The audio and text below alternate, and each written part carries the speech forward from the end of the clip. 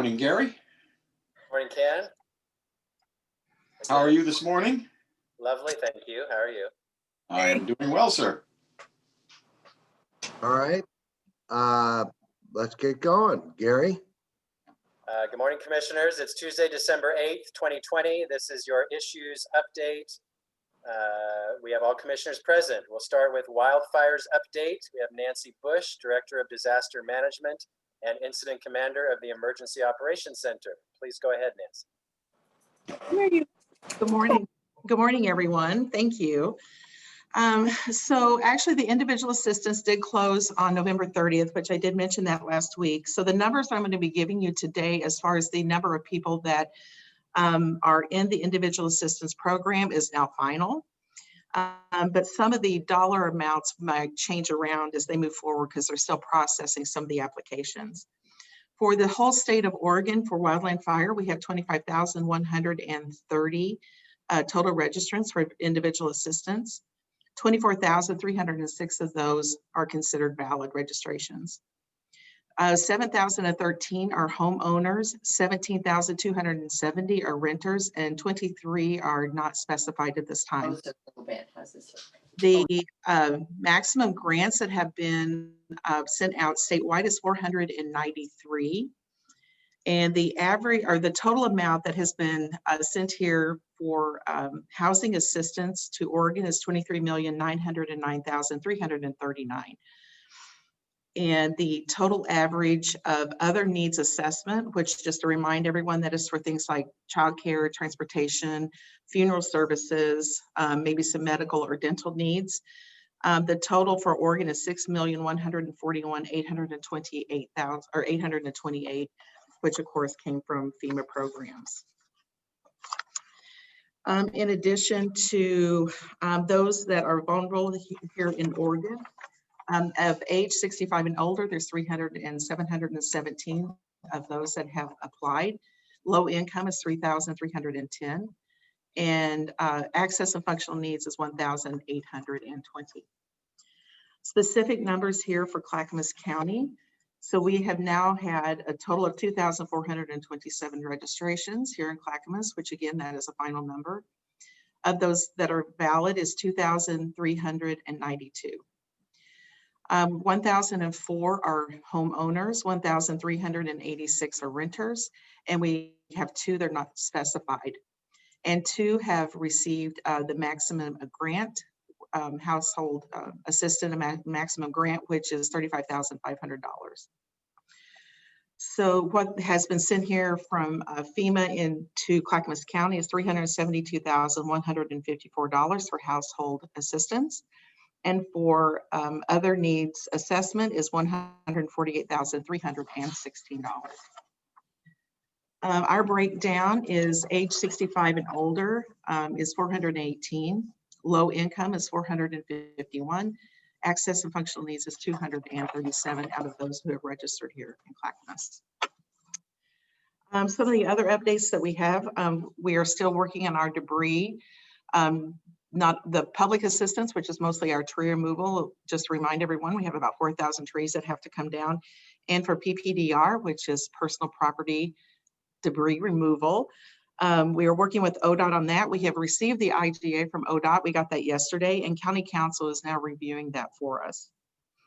The EPA cleared one more property last week because they did get another right of entry form, and they got another right of entry form, which I believe later in the week, and they plan on cleaning that property up later this week. So just a reminder too, for personal property ash and debris removal, if you want to take advantage of the program that the state is paying for everything, and then FEMA will do the reimbursement to the state. We want our property owners to go to clackamas.us/wildfires and go to the right of entry form and fill that out there to see if you're eligible. And that is my update for wildland fire. Excuse me, I haven't had my hand thing up. So I don't have any questions on that, it looks like. Gary? Okay, next COVID-19 update. Nancy, if you would present that also. Yes, thank you. So our numbers for the state of Oregon, we now have 85,788 positives 1,045 deaths, 2,031,230 negatives. Clackamas County has 7,409 positives, 87 deaths, 217,142 negatives. Multnomah County has 19,727 positives, 275 deaths, and 496,811 negatives. Washington County has 12,200 positives, 109 deaths, 317,487 positives. Statewide, we have 565 hospitalized. That is actually down from last week. It's down 19. 280 of those are here in Region 1. There's 120 of those that are in ICU beds, which is down from 40 from last week. 63 are on ventilators. Here in Region 1, which is Clackamas County, Multnomah County, Washington County, Tillamook, Columbia, and Clatsop, we have 328 ICU beds that are staffed. 269 of those are occupied and 59 are available. In non-ICU beds, we have 1,914 here in Region 1. 1,588 are occupied and 326 of those are available. So our hospital data is looking just slightly better.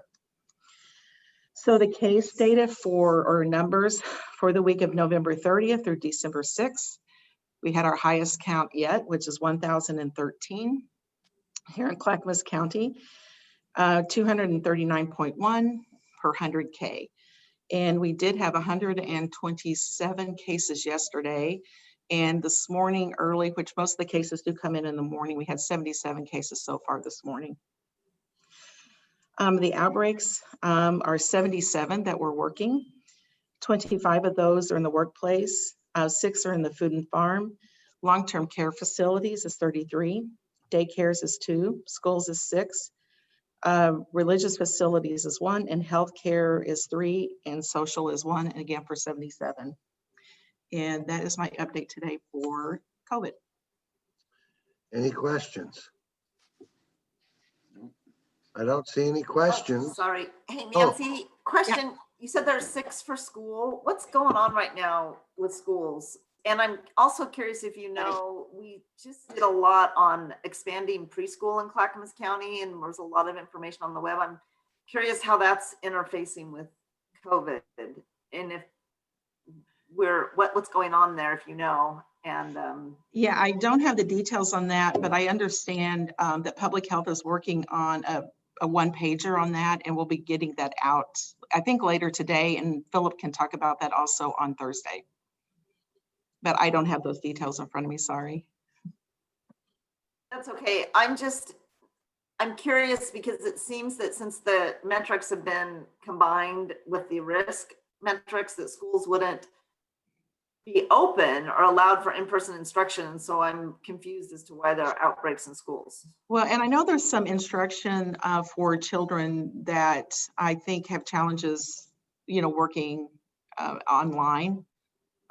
So, and I also don't know all the particulars around that either. I haven't worked with the school data that much, but there are some very limited in-class instruction that is available because of, maybe because of learning disabilities and those types of things. Okay, I don't see any other questions, Gary. Thank you, Nancy, very much. Thank you, Nancy. Next topic is an update on the ambulance services contract. Chair Bernard's going to start, but staff for this will be Rich Swift and Andrew Naylor. So to bring them in the room, commissioners, you asked for an update on the timing and what could and could not be done. So Chair Bernard will start and then staff will give an update. Go ahead, Chair. Well, I just want to say I appreciate the effort Richard Swift and his staff has made to bring this issue forward.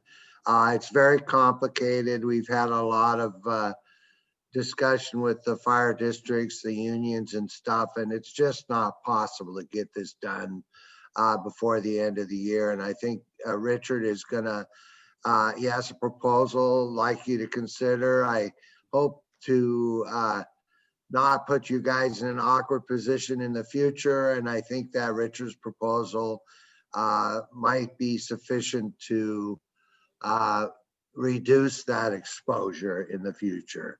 So Paul, did you want to make comment first or a question?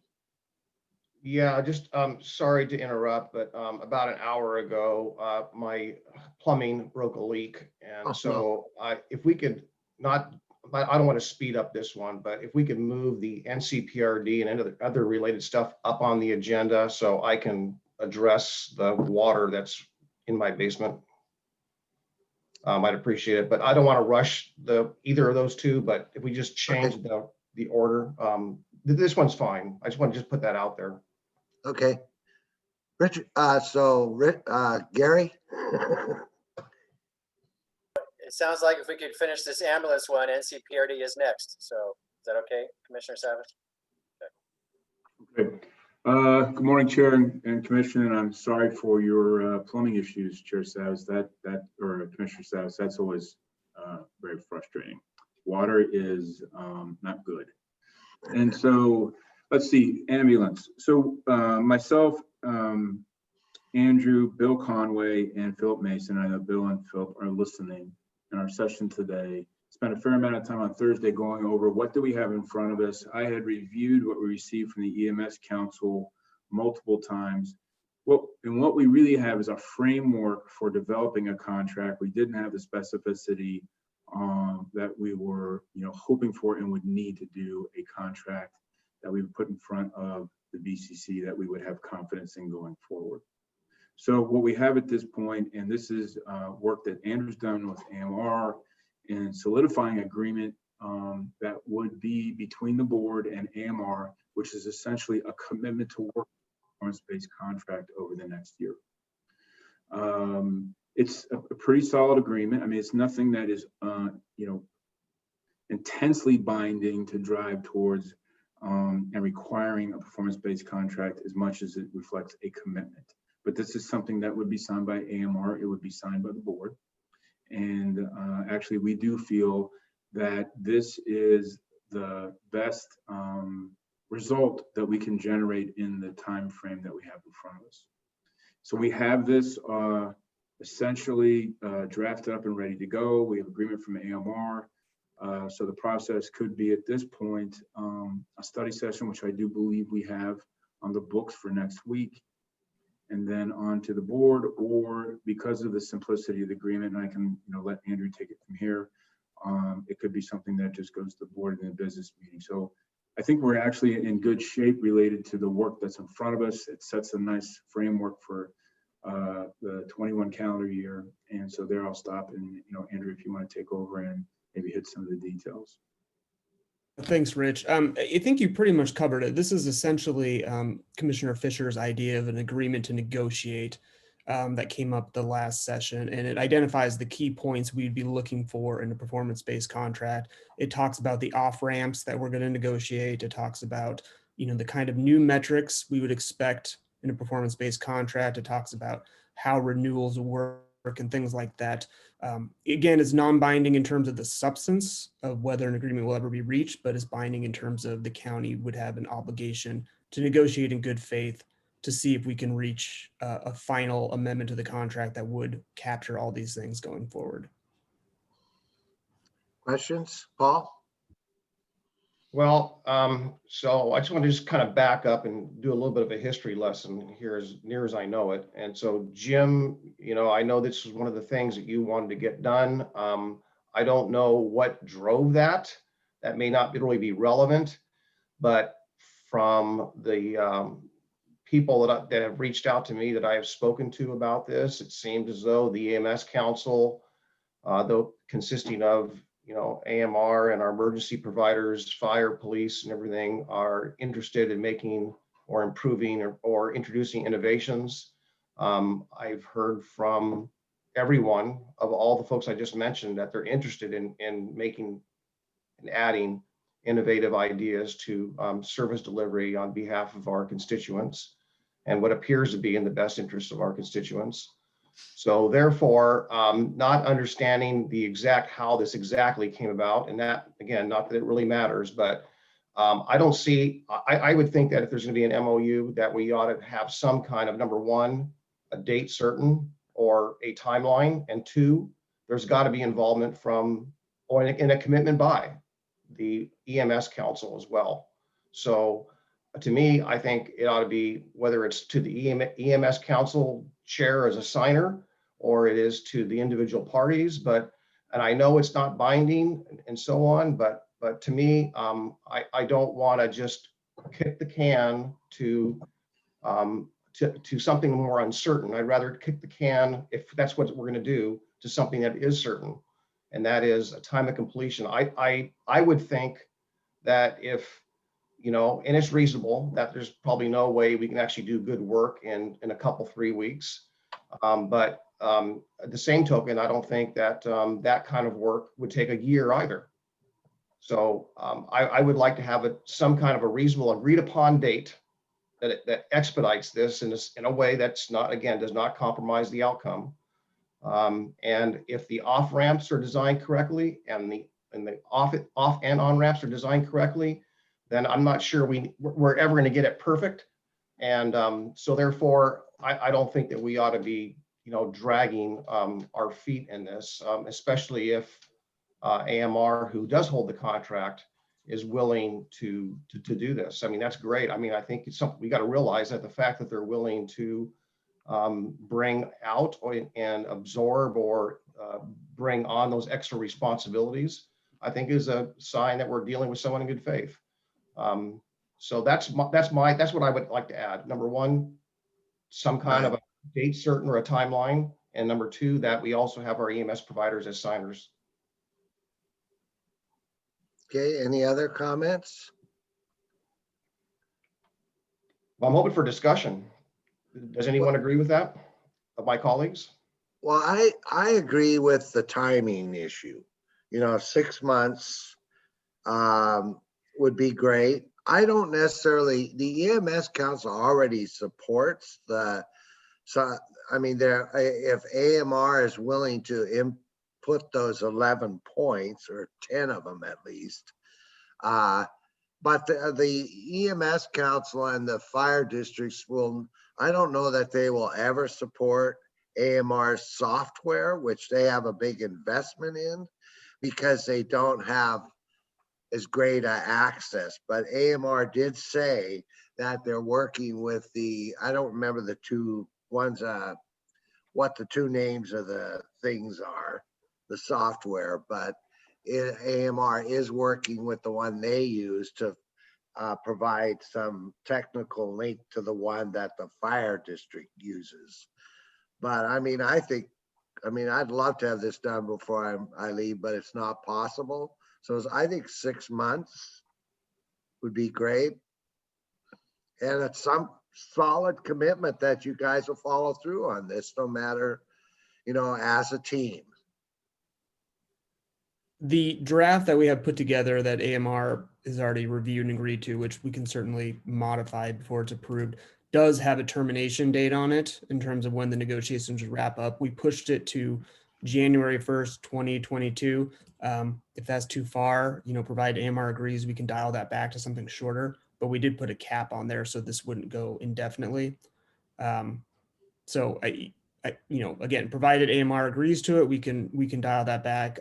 My only hesitation would be to ensure that H3S believes it's a time frame that they can meet, because it's really going to be H3S that's going to have to drive the performance metrics, which will govern this going forward. So, I guess I would defer to Rich in terms of what he thinks is feasible for wrapping up a final negotiation.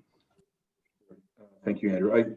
We were comfortable with, getting this done within the year. The reality for public health and the EMS is that we're still in a pandemic. And so are the fire services, the EMS council. And so we were hoping that, as immunizations picked up and we started to get a handle on this, and as the surge, began to dwindle that we're experiencing right now and expecting another one for Christmas, that we would really pick this work up after the new year and, work on it probably to I would say the end of August. We need to work with the EMS council on what this type of project would look like and their involvement. The EMS council is advisory to public health related to the ambulance contract. And they are mentioned in this agreement in terms of input. They are not listed as signers. And so what we could do with the EMS Council is if we could leave this arrangement to expire within the year, we can certainly sit down, work through a project timeline that we believe is feasible and submit that to the board in a separate document. And that would be something we would hold ourselves to in terms of the work. Paul? Well, I believe, is Mr. Conway a permanent employee, or is he just literally assigned to this work? I thought that we actually brought someone on who's not involved with service delivery in H3S that's just, specifically for this purpose. And we have Mr. Naylor here as well. So don't we have the expertise right now? I'm just kind of leery to going out a year, Rich. I mean, I don't see it. So what we have at this, Bill has, he was hired to do a job between CCOM and the EMS system. The EMS Council is part of his work, but he wasn't hired to work exclusively on the contract. He was hired to do a number of different duties across the EMS system related to the EMS contract, but also he's a joint employee between CCOM and public health. He's happy. And I can't speak for Andrew's time in terms of how much he could devote to this. Andrew? Council's office will certainly prioritize this if it's a board priority. So, but again, it's not something that council's office can really drive, because the heart of the contract is going to be the performance metrics that AMR is measured by going forward, as that's really, how we determine whether the contract is renewed, extended.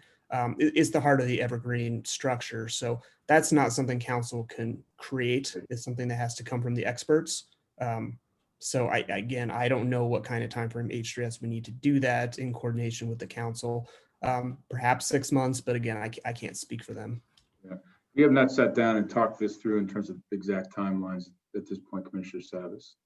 We were focused on essentially whether we could deliver on this, and then if we could not, what we felt like we would be able to do in terms of an agreement. Could you get that? I don't have staff who are just solely dedicated to the ambulance contract. Could you get that give us a better timeline by the 17th? Yeah, I think we could work that through. Sure. Is that okay, Paul? Yeah, and Andrew, you mentioned you got a draft worked out. I'd like to see it. And also identify, identify anything that you see in a timeline standpoint that you need, assistance on. It seems to me that it shouldn't take that long. All right, Sonia? When I talked to Rich yesterday, I talked about this MOU being a board resolution. I'm not sure if that's something that the board would like to incorporate, but it might be good. Which is stronger? A resolution or a MOU? You could do a resolution referencing the MOU. But Rich could explain, because we talked about it yesterday. Actually, I would have to defer to Andrew. I do not know which is stronger between a resolution and an MOU. The MOU is certainly a signed by the board, signed by AMR in terms of work that needs to be done. So it certainly expresses our intent, but I don't know in terms of ranking agreements if a board resolution supersedes an MOU. The amendment that we draft with AMR will govern the county's responsibilities to engage in these negotiations. So it's between us and a third party. The resolution would be something this board would be passing to sort of express what they want to see happen with the contract. So I would envision them being, if you want to go that route, there'd be two different things. So you would do both, not one or the other. Well, I think that Sonia mentioned that the resolution would reference the MOU. So why don't we look at a resolution for our 17th meeting that would reference the MOU, but also the 17th meeting or before, firm timeline, hopefully less than a year. Paul? Now, I'm not sure what strength Commissioner Fisher is looking for, whether she's looking for contractual strength or she's looking for a commitment from the board. And it seems that a new board next year, 2 new members, I don't know what that is, but that board, same 3 of us being there, can modify, improve, or whatever else to that. But to me, I think it's more, if it's a political message, then that's great. If you want strength from a political standpoint, then include some EMS signers on that as well, if you're looking for political strength. Maybe Commissioner Fisher could better describe what she's driving at. I'm bring a conversation to see if that's something that we as a board want to do. Yeah, it's just a conversation.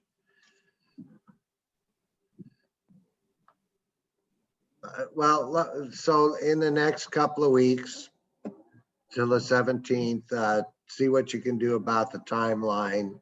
And then Andrew, why don't we look at, I think a resolution just states like our goal is to say, whereas the Board of County Commissioners agrees that a performance contract is the best mechanism to look to the future, that the commission's committed to getting this project done within such and such timeline, and that kind of thing. Yeah. In terms of staff working with the EMS Council on a project plan for this, we could certainly work out a proposed project plan and have that be expressed as a memorandum that would come from both public health and the chairs of the EMS Council. Okay. Is that okay, Paul? Sound like it'll work? I'll talk with staff. Okay. Tanya?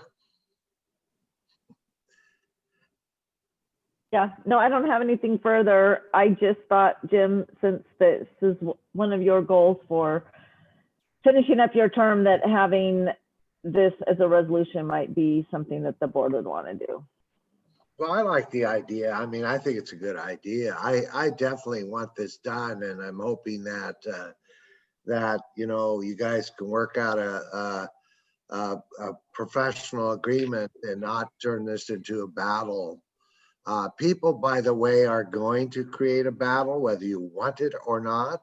I mean, I've gotten threats already, not physical threats, but other threats already. And, we haven't done anything yet. But that's the nature of ambulance contracts, I'm afraid. And so I'm hoping that we can resolve this and that won't occur. So let's do what we suggested. Did you want to add something, Paul? No? Okay. All right. Got direction? You guys good? Okay. Great. Thank you. Andrew, could you send the draft document to the entire board today? Because there is one. You have a policy session next Tuesday, December 15th. Will stay on the books. And you have a business meeting next Thursday, December 17th. And then you're done. That's the last week of business for you for the year. So staff will have a policy session next Tuesday and then a business meeting next Thursday for you to finalize this. Great. Right. Sounds good. Thank you. Thank you. Gary, what's up next? Next, North Clackamas Parks and Recreation District Advisory Board bylaws update. Please bring in Laura Zentner to the room. This is on your business meeting agenda for Thursday, so this is a chance to update you what's on that agenda. So we'll wait a moment here for Laura to come in.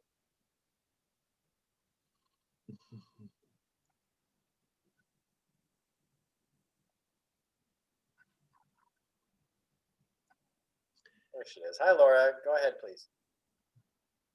Good morning, Chair Bernard, Commissioners, and Administrator Schmidt. As mentioned, my name is Laura Zentner, Director of BCS, and I'm here to update you today on the insecurity bylaws.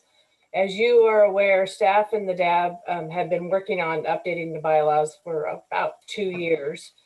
And at the District Advisory Board meeting on October 28th, the DAB unanimously voted to approve the updated bylaws.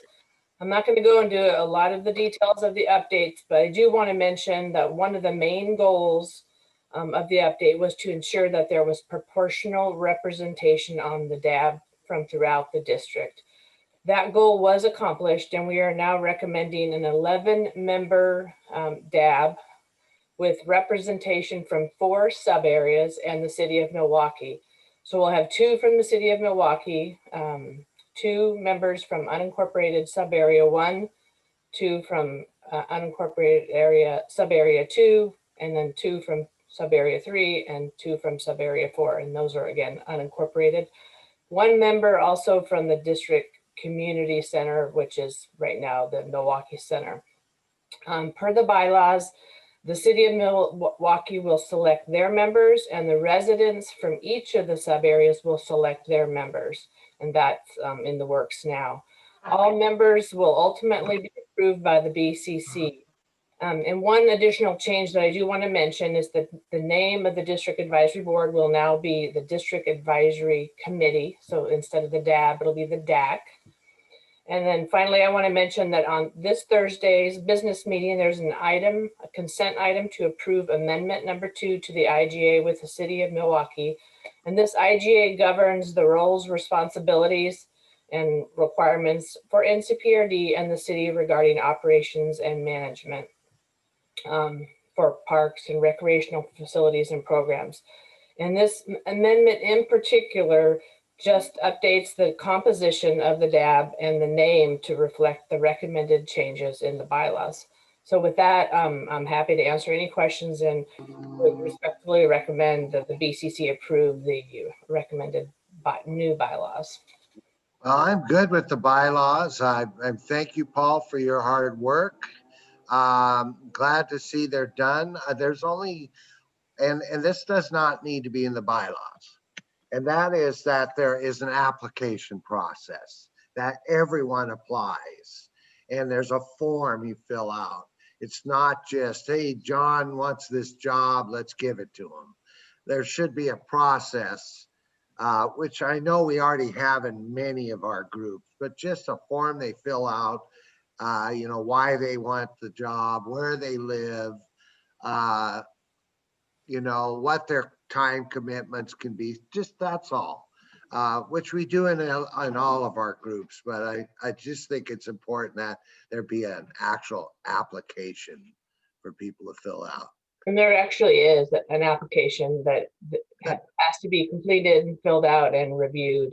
It's just that the actual residents of the sub areas will actually be doing the selection based on the review of the application. All right, thank you, Paul. Yeah, well, I think that's a no-brainer. I don't think anyone was suggesting otherwise. We do that. That's required. You know, as far as I'm concerned, it's required. So I don't have any fret about that. It would be nice if we would have convened here as the NCPRB Board of Directors, but we have not. You know, I think we need to watch our P's and Q's as far as process.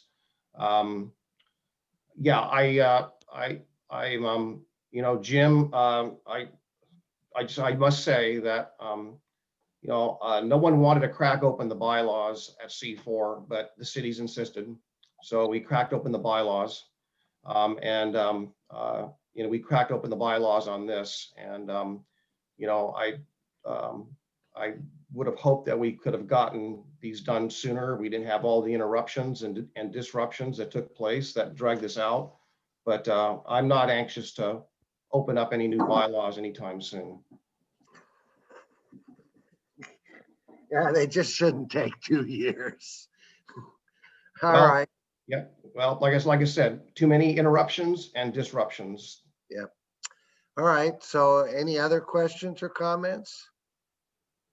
Looks like we're good for consent agenda, right? Or yeah. It's on your consent agenda for this Thursday. This is just Okay. a brief view that it's there. Great.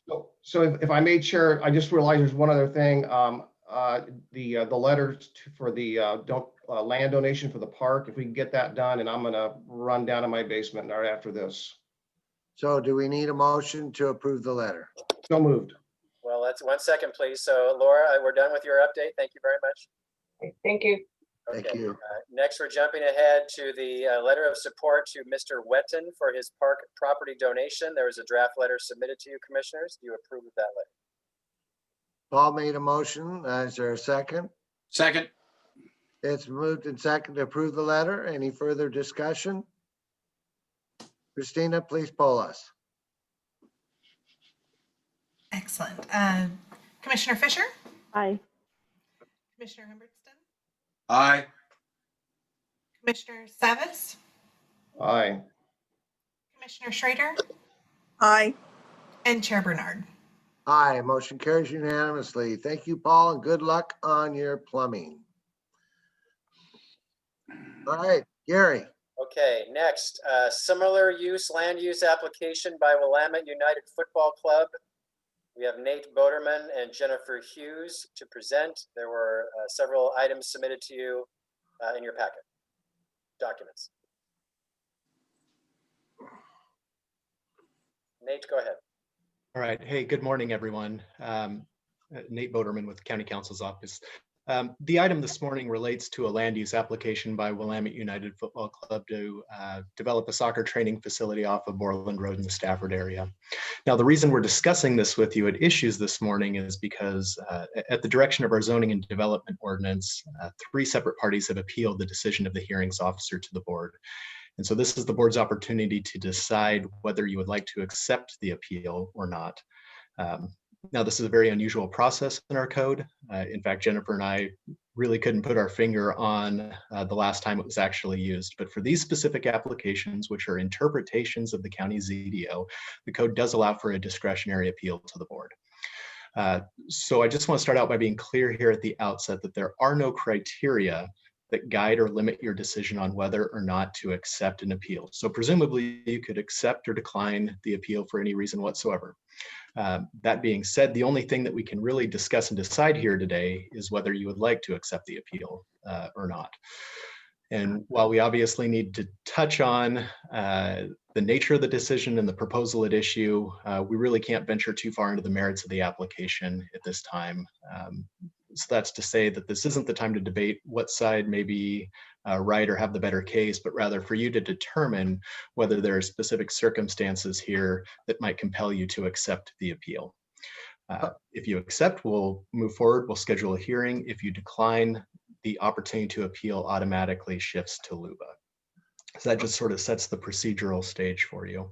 And just so we're clear what we're talking about here, I do describe the proposal in the memo that I sent to you earlier. That memo is linked to the online agenda. But notably, the soccer training complex that's proposed would be developed with 3 outdoor turf fields, an indoor turf field, restroom, concession, other amenities. Because a number of those uses associated with the proposal are not specifically listed as permitted or conditional uses in the RRFF5 zone in which the applicant site's located, the applicant applied to the county for an interpretation of the ZDO to determine whether these uses were similar to other uses already provided for in the zone and could therefore be authorized. The hearings officer did approve the application after determining that the combination of uses proposed by the applicant were either already expressly listed, were similar to other uses already listed and therefore allowable conditional uses, or available as support uses when developed in conjunction with an approved recreational use. So at this point, I think it's important to remind you again that this particular decision only serves to interpret the code. It doesn't authorize any specific development. In this case, the applicants would need to be approved for a separate conditional use in order to implement the development that I previously described. And as a reminder, conditional uses are typically the process that specifically looks at whether the development is compatible with the specific site and the specific surrounding area. The conditional use is proceeding on a wholly different track. As I noted in the memo, the conditional use has already been on appeal to LUBA in the Court of Appeals, was sent back and is set to be reviewed by the county again. And that's all in addition to the interpretation application, the one before you, which has already been up to LUBA once itself. All of that to say that there are still other approvals that would need to be secured, regardless of what happens with this specific application. Again, the application actually at issue is relatively limited in scope in that it evaluates whether or not the proposed use is similar enough to use specifically identified in the ZDO, such that those uses should be treated similarly. So with that, perhaps now is a good time to stop, see if there's any specific thoughts or questions. Again, keeping in mind that the singular purpose here today really is to decide whether to accept or decline the appeal. And again, avoiding really any in-depth discussion around the merits of the proposed development. Wait, the appeal is coming from the community, correct? We have 3 separate appeals. So we have an appeal from the applicant. Even though it was an approval, they're appealing an aspect of the decision that they disagree with. And then there's 2 appeals from opponents. Both, I guess you could characterize as community members, yes. So this is going to be up to you guys in the future. So if we do not accept the appeal, then it will automatically go to LUBA. Correct. If we accept the appeal, then it comes to the commission, and we've never done that. So, but you've done it. I just, again, we couldn't put our finger on the last time. It's been quite a while since you've done it. We've done it once, if I remember right. But because it's coming from the community, I might accept the appeal, but we could put it, let it go to LUBA and let them make the decision and not put this on your back. That's going to be kind of up to you guys. But Ken and then Sonia. So my question is, are we ruling on 1 appeal or 3 appeals? So the appeals are what we call de novo. And so basically all issues are back on the table. And so regardless of what appeal you accept, all issues are going to be on the table. And so essentially you would be going back and judging the proposal against the criteria, which is the proposed use similar to another use listed in the RRFF5 zone? That is the issue on appeal. And so what's the upside and the downside of the board taking it versus letting it go to LUBA? Well, that's really up to you. I mean, again, there are no criteria that direct your decision one way or the other. I guess what I can add, because we're not making a recommendation here. Staff really is, I guess you could say, agnostic on this one. And primarily because we aren't allowing public testimony. And so I don't want to say anything that parties don't have an opportunity to rebut. So I guess with that in mind, what I will say is that this process, we don't use this process very often. It's not available for many appeals. Best I can tell, the primary advantage of making this appeal available to the board is that the board is sort of the authoritative voice on the zoning and development ordinance as the governing body in the county. And so it's appropriate if there is an interpretation to be made on that zoning and development ordinance that it would come from the board. On appeal, if the board makes a specific interpretation, Land Use Board of Appeals and Court of Appeals would defer to that interpretation. So it makes sense to have that process available. As far as downsides, again, with no criteria, you can really accept or decline to accept this for any reason. So if you're too busy, if you don't, like the appeal, I don't want to get too far afield, but all of that to say, it's just examples of the wide range of discretion you have in this decision. Sonia? Since we don't know the last time that the commission has heard an appeal, I'm curious what kind of precedent it would set if we did decide to hear this appeal without any criteria of which we're deciding.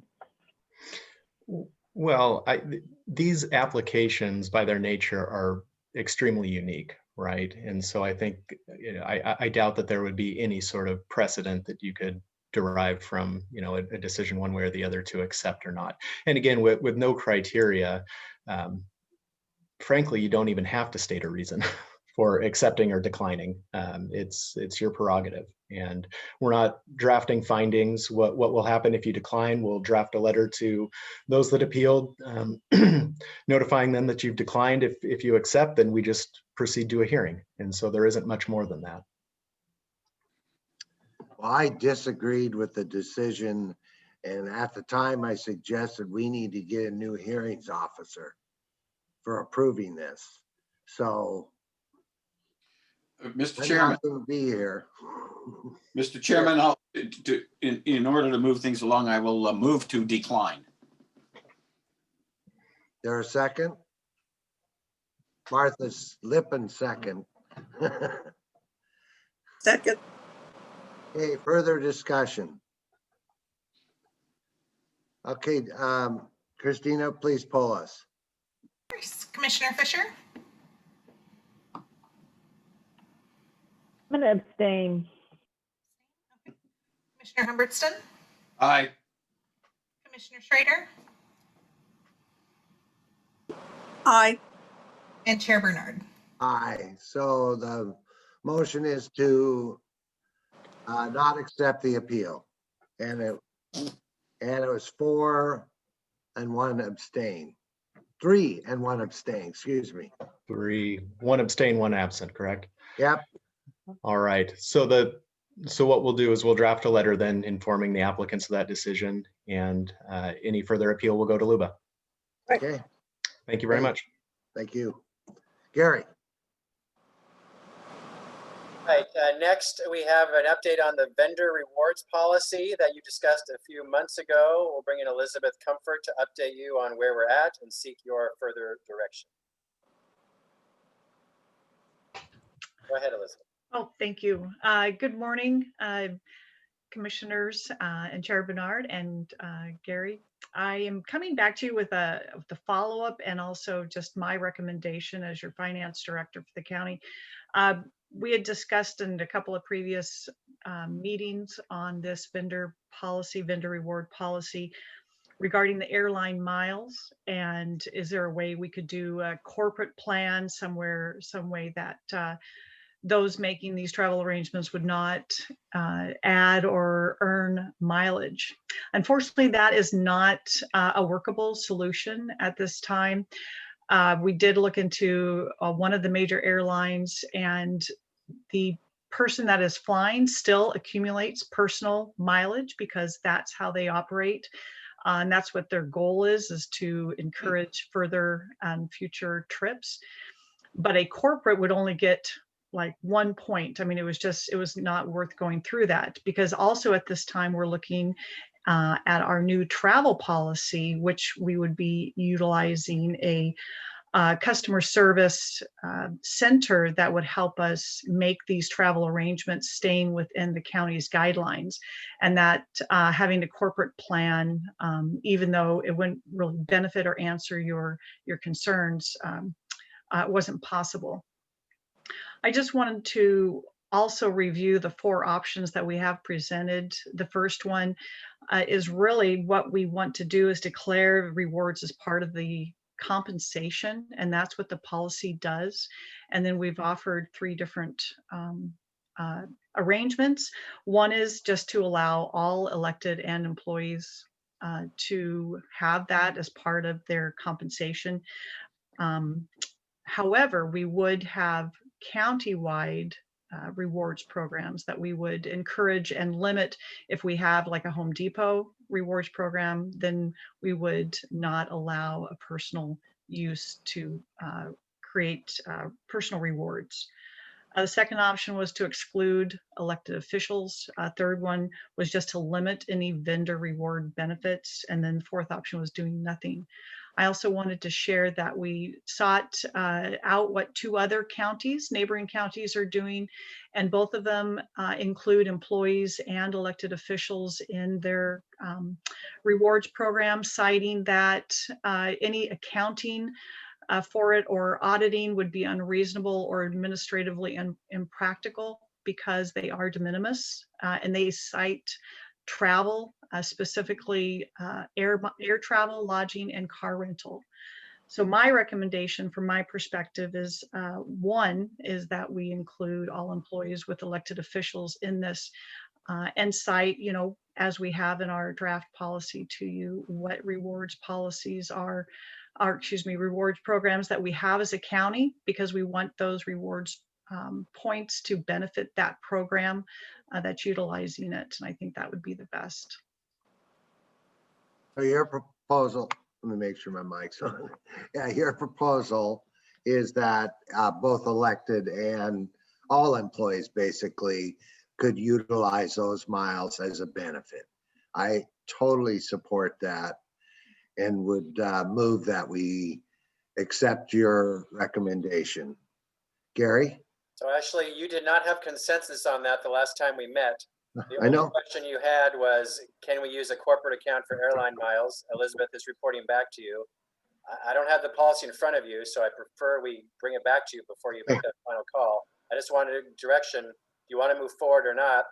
With all respect to Elizabeth, my suggestion was not to move forward and reject no personal benefits to any employee or elected official, only a corporate account.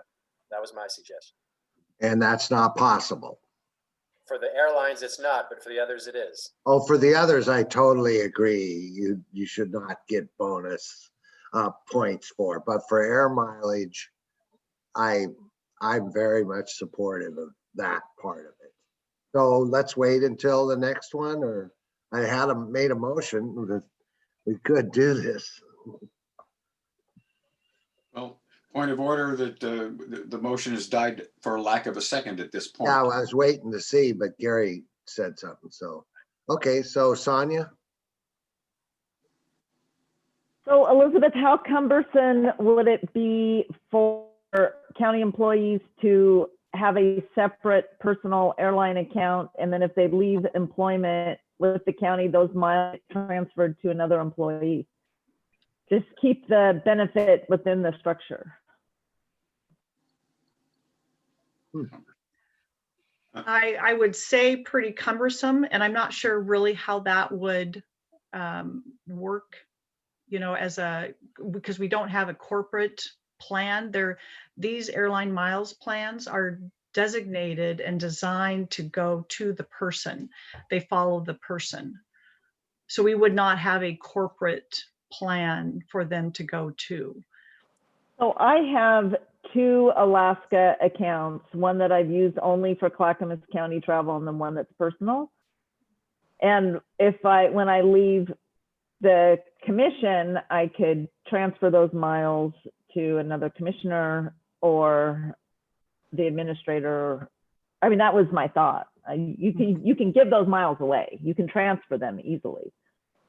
I mean, I didn't think it was that cumbersome to set up a second account. I just didn't feel comfortable receiving a benefit from a personal benefit from my commission work. So that's just what I did personally. Well, I've paid for my own flight before using mileage. Various places using my mileage. When I was mayor, the city couldn't afford it, and I used my miles to fly. And how do you make a person before they leave transfer the points is the challenge. But we all have our corporate credit cards, but they don't have miles on them. They don't have a mileage account on it, as far as I know. Do they? So let's wait until the policy comes forward, and then you guys can talk about this. All right, Elizabeth, let's wait for the new board and we'll bring it back to a policy session with your recommendations, and we'll do it that way. How's that? All right, thank you. Thank you. Thank you. Next, abandoned vehicles, an update for you commissioners. Bring in Stephen Madcourt, please, County Council, on where we're at and an idea to how to move forward. Please.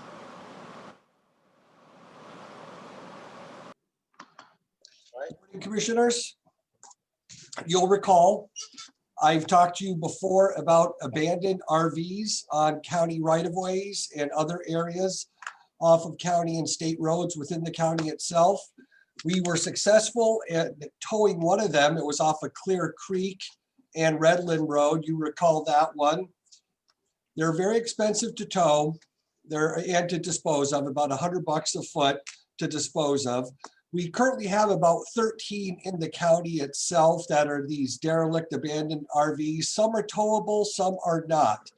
The ones that are towable, I'm asking that you authorize the county administrator to delegate and authorize me to spend upwards to $25,000 to get off of county right of way those RVs that are abandoned and can be towed and disposed of without, with regular tow trucks. Some of these vehicles don't have axles, some don't have wheels. So those are the more challenging ones. We have some that have wheels and axles, and those are the ones that we want towed. We might, within the 25,000, we might be able to get 5 of them removed and disposed of. And as you know, you've heard from some of your constituents about some of these abandoned vehicles in their neighborhoods, which have been eyesores and other nuisances and hazards. So it would be good to get the easier removed ones off the streets and disposed of. And as opposed to coming to you piecemeal with one at a time,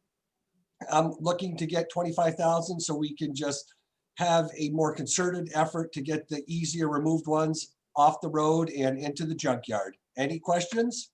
Ken? Just one question of Mr. Schmidt. Do you have funds to do it? I do support this. We'd use the non-departmental account you are aware of. So yes, we do. Move to approve. Second. Further discussion? Christina Polis, please. Find my mouse. Okay. Commissioner Fisher, Aye. Commissioner Humbertston, Aye. Commissioner Schrader, Aye. and Chair Bernard.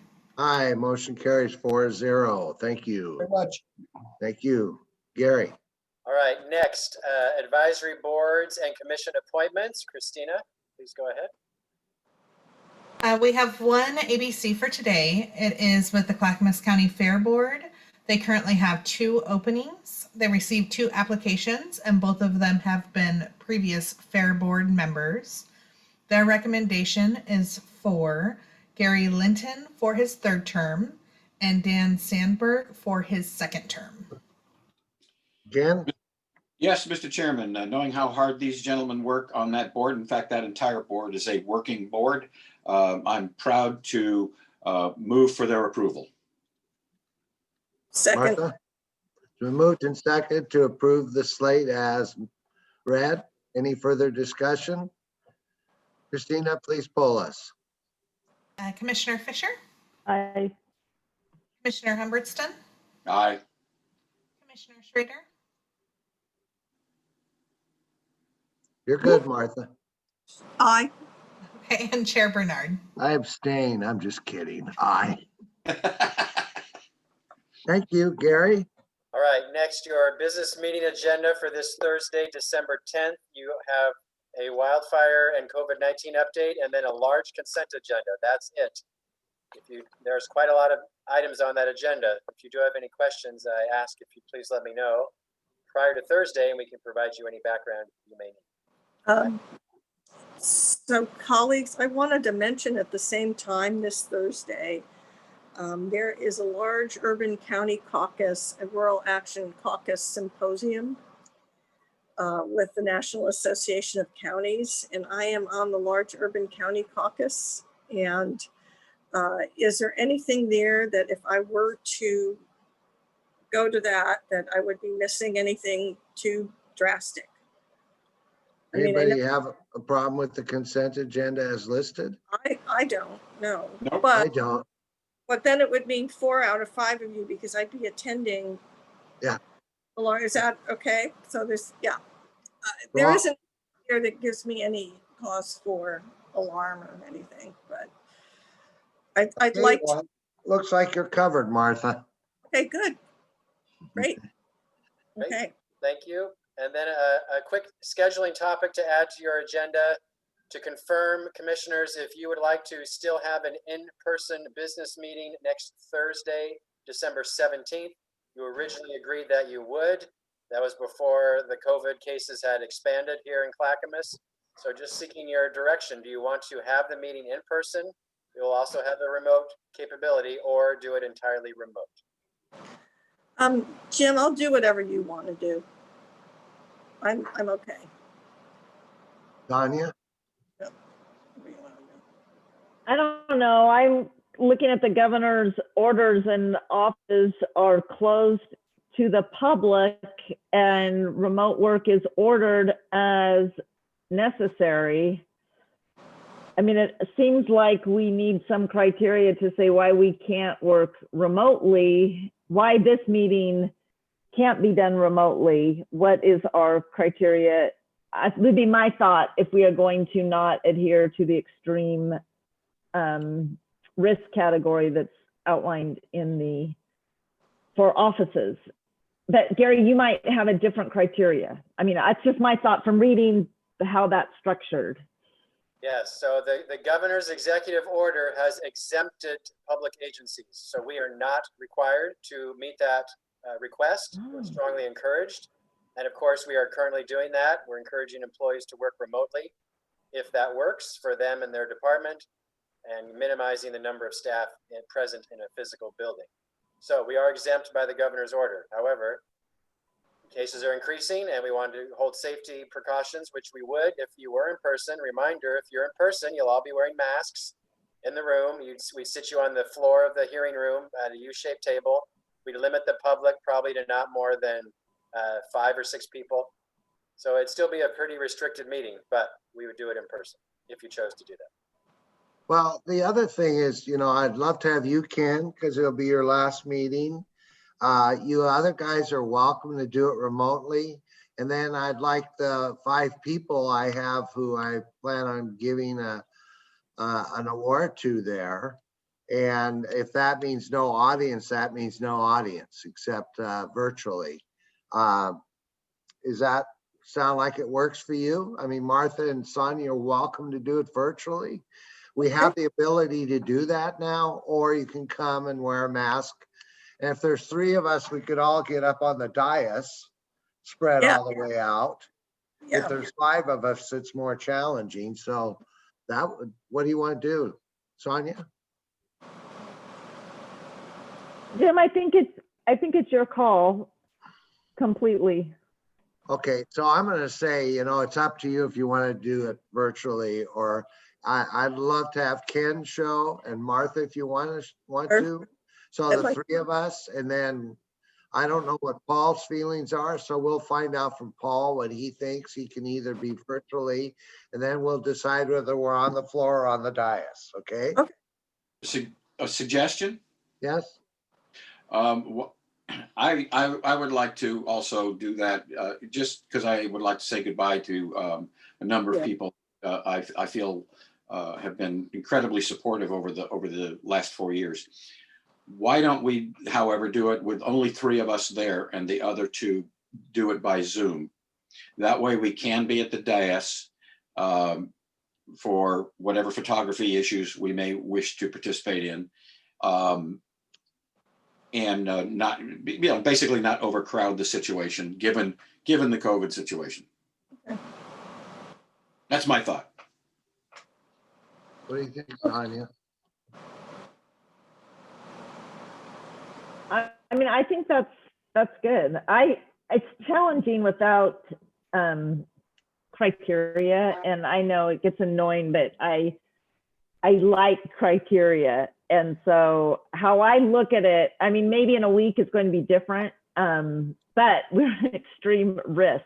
So I just take that so seriously that any activity that is suggested to not happen, we really need to be mindful of that. So Ken's idea is a good one as far as being more planful. It's kind of like staggering your workstations when you must work in person. I know a lot of offices are doing that for necessary in-office work to help be part of the solution. I just think it's important for us to walk our talk. That's all. So let's have the Martha, Ken, and I there. I'll be there. On the dais. Paul and Sonia virtual. And then the 5 people I'm going to give awards. You know who they are, Gary. And Okay, that may be everybody in the room. yep, Unless, okay. unless like your wife would like to show Ken or something like that. I'll ask her. We're being cautious, even Yes. though I'm out delivering food and all that sort of stuff. We are being cautious in terms of keeping distance and wearing masks and all that. She does have some health issues that I'm very careful with. Yeah. Okay, so you got it, Gary? Yep, we'll do the meeting in person and remote, and we'll confirm with Commissioner Savas. Now, if he does want to be in person, then there'll be 4 of you in person, and we'll do it remote. Well, and I'll do Okay. whatever's easiest. So Martha's flexible, and I'm sure Sonia probably, well, Sonia sounds like she'd prefer to, Yeah, if you want it, yeah, virtual. right, Sonia? Sorry. Oh, Yeah, I defer to the will of the group, honestly. Okay, It, all right. it, So if Paul wants to be live, Martha will drop out and do the virtual. If Paul doesn't, then Martha will be at the dais. Okay, very good. Thank you. Finally, Commissioner Communications. Who'd like so, to start? Martha? yeah, Commissioner Fisher, we got a text from Tracy saying that we've been working on an op-ed for children, concerning children in schools and how are people dealing with things out there. And we just wanted to inform the rest of the board. And so Sonia, have you got anything you want to add to it and why we're moving ahead with this and we're pulling it together? Yeah, it's been a really interesting process because it was sort of an idea we had after we had our listening session. And then, that wasn't even that long ago, but so much has evolved. Just the way that we exist in this world is ever dynamic. So I've just really enjoyed the process. We have amazing Kimberly with PGA has been wonderful to work with. Tracy's just her skills in doing public affairs types of things has really been great to work with. And I just have really enjoyed working with Martha too. So that's all I have to add.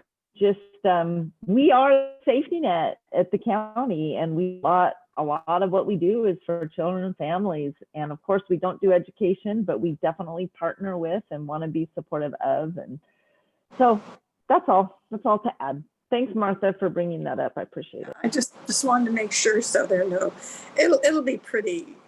There's not going to be anything there that anyone I don't think is going to object to. We could send it out to all of you if you'd like. If you think that's a good idea.